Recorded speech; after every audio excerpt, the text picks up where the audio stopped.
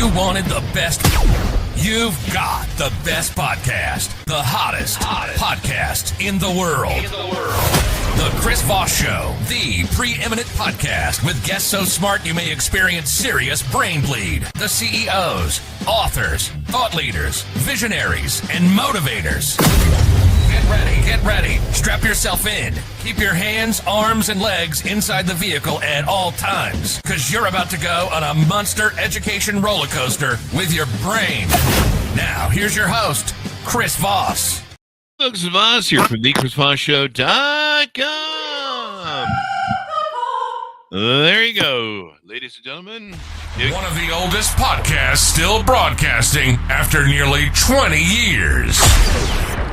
20 years? Holy crap. It's more like 16.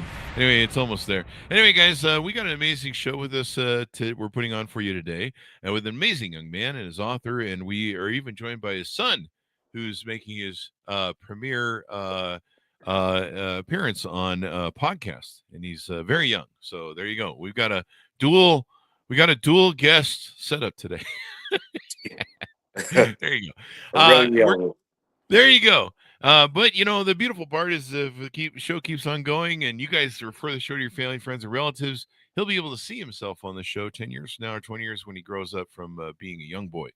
Go to goodreads.com/Chris Voss, LinkedIn.com/Chris Voss, YouTube.com/Chris Voss, and all those crazy places on the internet. And yes, I'm using small, cute children to get people to recruit people to the show.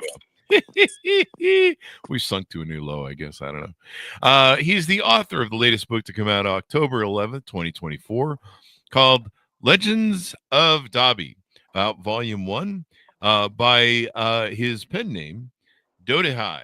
DoDeHi, I think it is. Yeah, DoDeHi. DoDeHi, there you go. And we're going to be talking with Durian Hill, who's the name behind that pen name that you can find on Amazon. And we're going to get into it and some of his insights, his books, what he wrote it, and how maybe it can improve your life.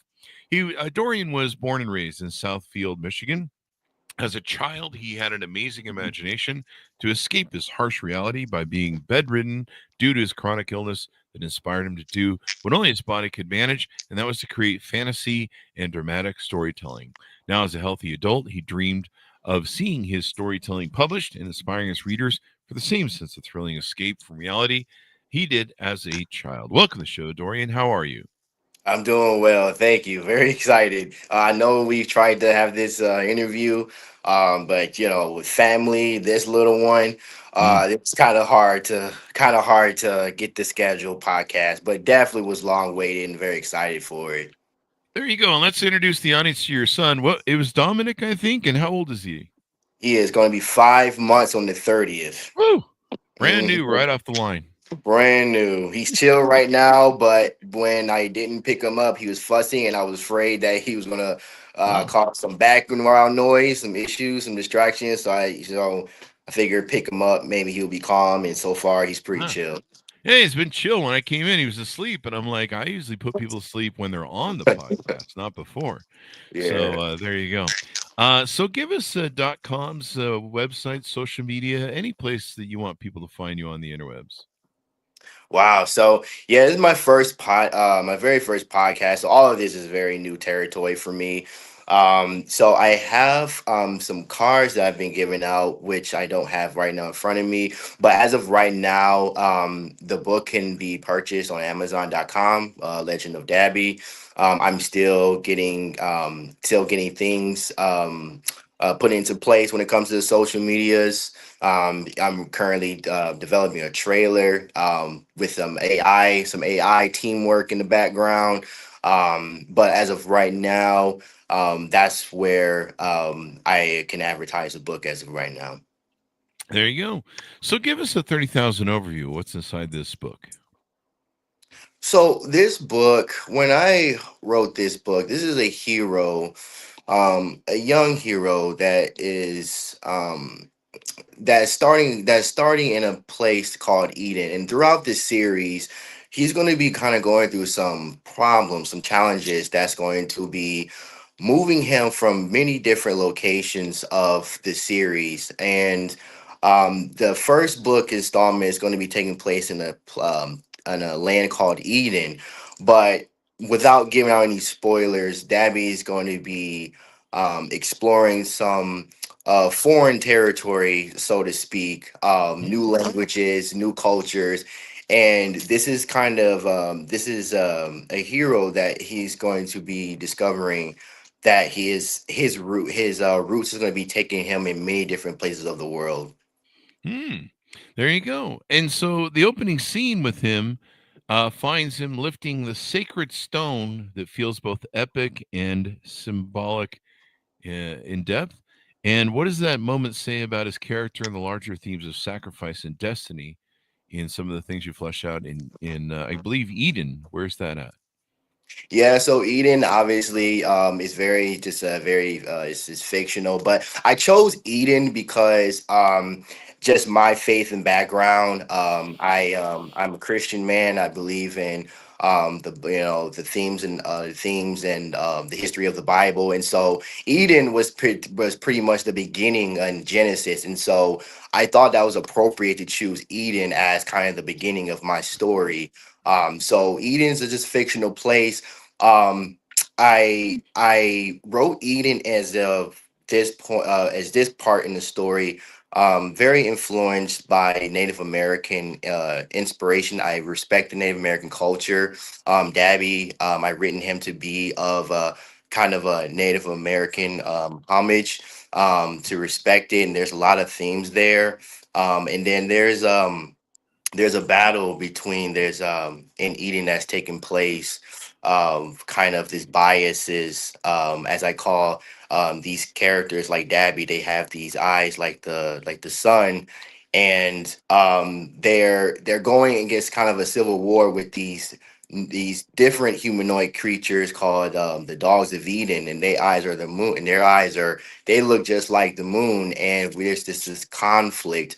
And the opening scene, regarding Dabi holding that stone, and the stone, I had it symbolized to look like Earth, because it's to kind of center Dabi to be the focus, that he's going to be the main character, and that Mhm. him struggling holding this stone is it's a symbolic way of saying that the burden of the world is going to be in his hands.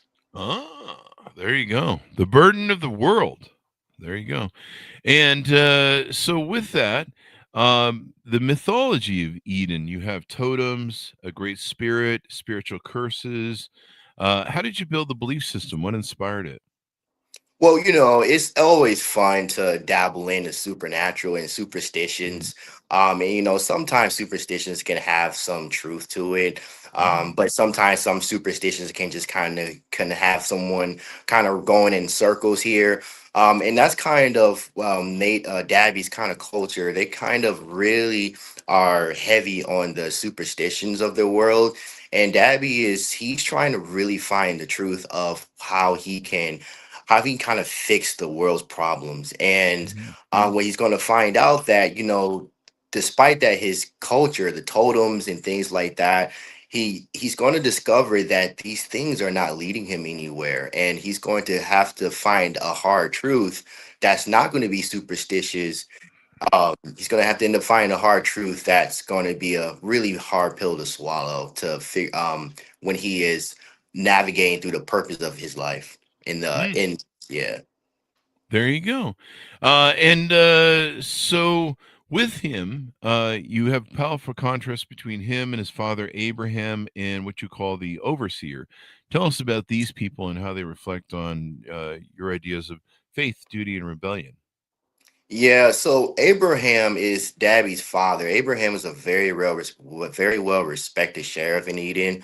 He is all about the law, whether it's right or wrong. But if it's the law, he is kind of the standard of what is lawful and what everyone should strive for. But the overseer, which will later I'm still fleshing out his character, but he's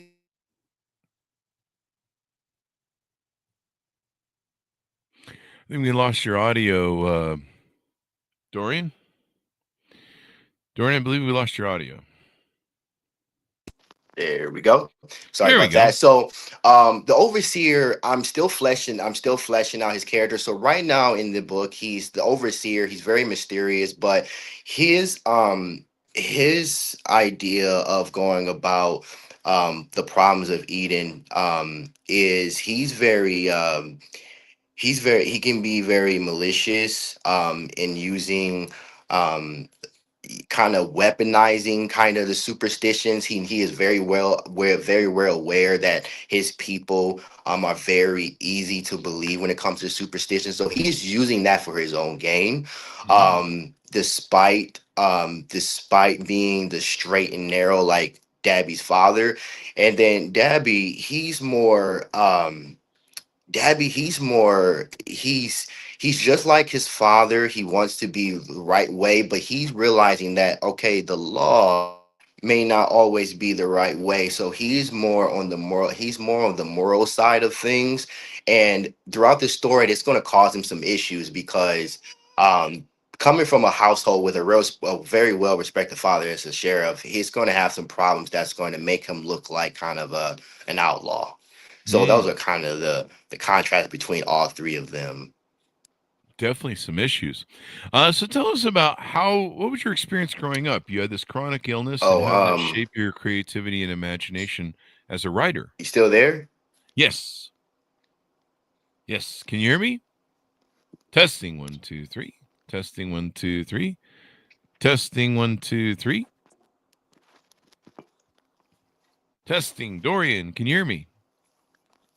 Dorian, Yeah, can you yeah. hear me? I don't hear anything. Huh.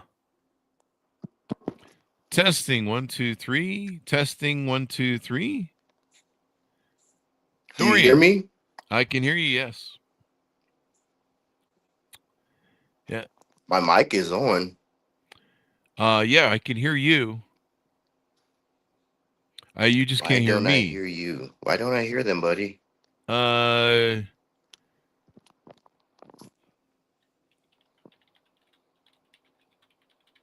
Hey, Chris, I'm sorry. Wow. yeah. Okay. Uh, All right, I'm gonna do that. I'll leave and come back. okay. Yeah, I'm on the phone. Okay. Yeah, try leaving and coming back. Sometimes that resets, and all that good stuff.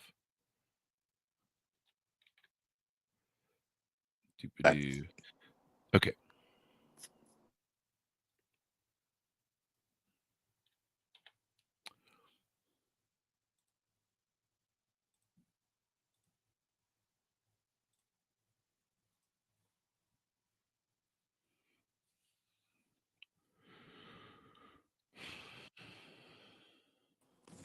Testing 1 2 3. There we Testing go. 1 2 3.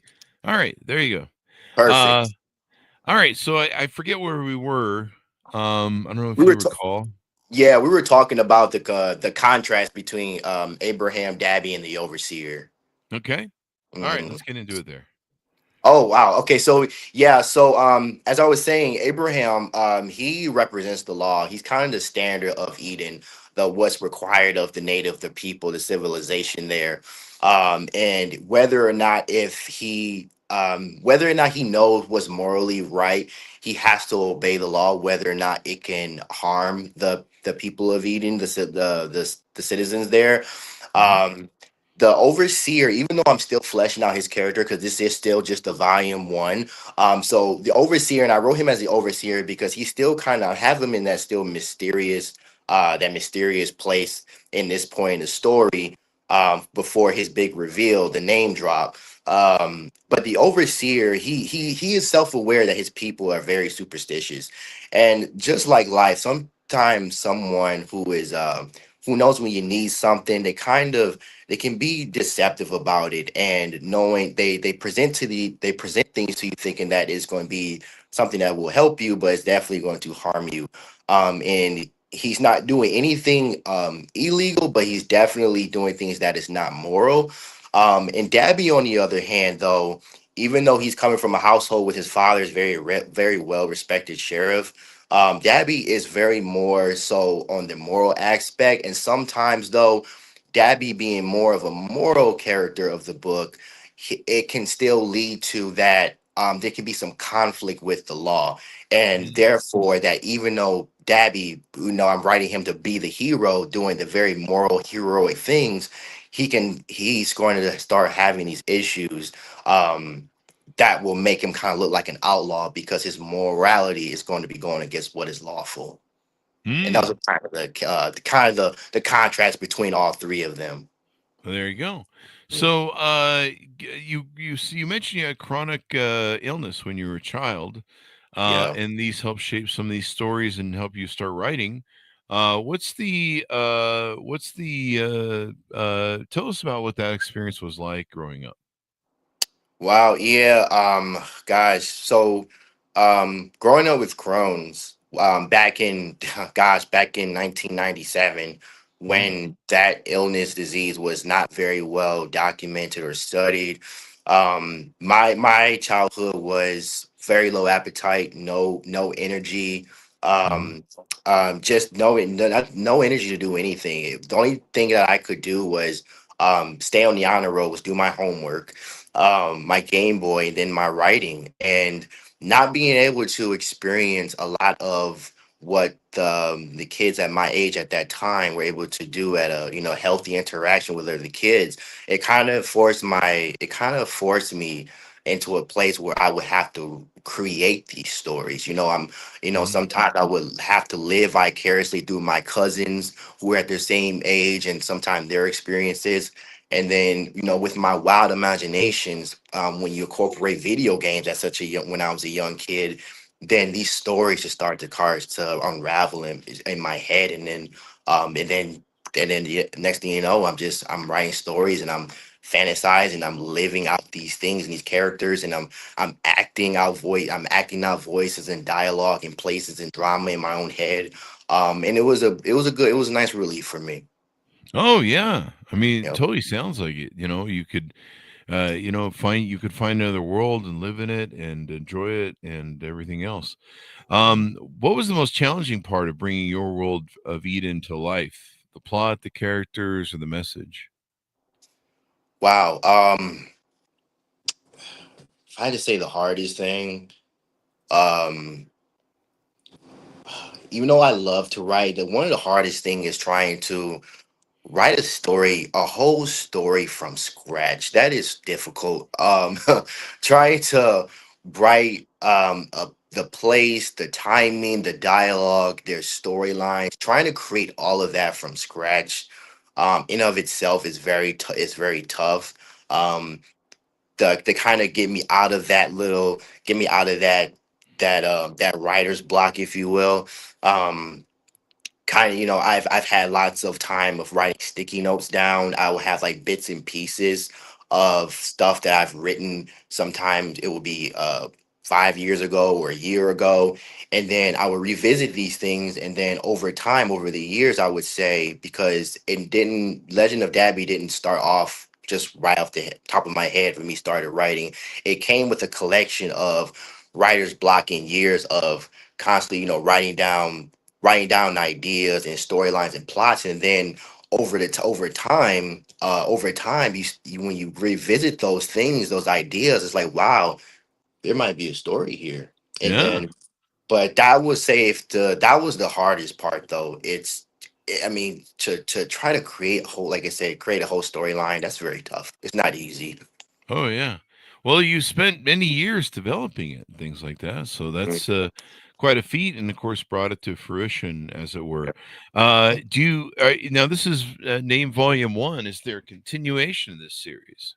Actually, yes, I'm currently writing the second volume. This was going to be much bigger, yeah, much bigger, much more in depth to the flesh out characters. Volume one is definitely, readers who would choose to read that will definitely know that it's definitely a very foundational book. It's very establishing the culture, the characters' names. I felt that writing something a little bit smaller would kind of wouldn't be so overwhelming, especially for me. Mhm. As a writer, it wouldn't be so overwhelming. but the first volume is just it's just like an introduction of this world, and I'm this big world I'm creating. And then now the second book, now that I've got the foundation out the way, the second book is now going to start really fleshing out these characters, fleshing out the culture, fleshing out the drama. It's just really in depth, just a really in depth storyline going to the second one. There you go.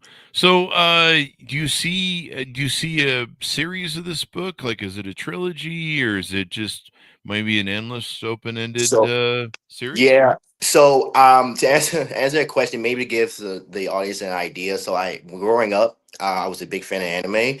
And I don't know if they're still around at this time, but I love the Shonen Jump series where my mother had gave me a subscription, and once a month I always get a Shonen Jump book, and it's always a constant continuation of the different stories of the animes that I would read, Mhm. and that kind of gave me an idea, and um,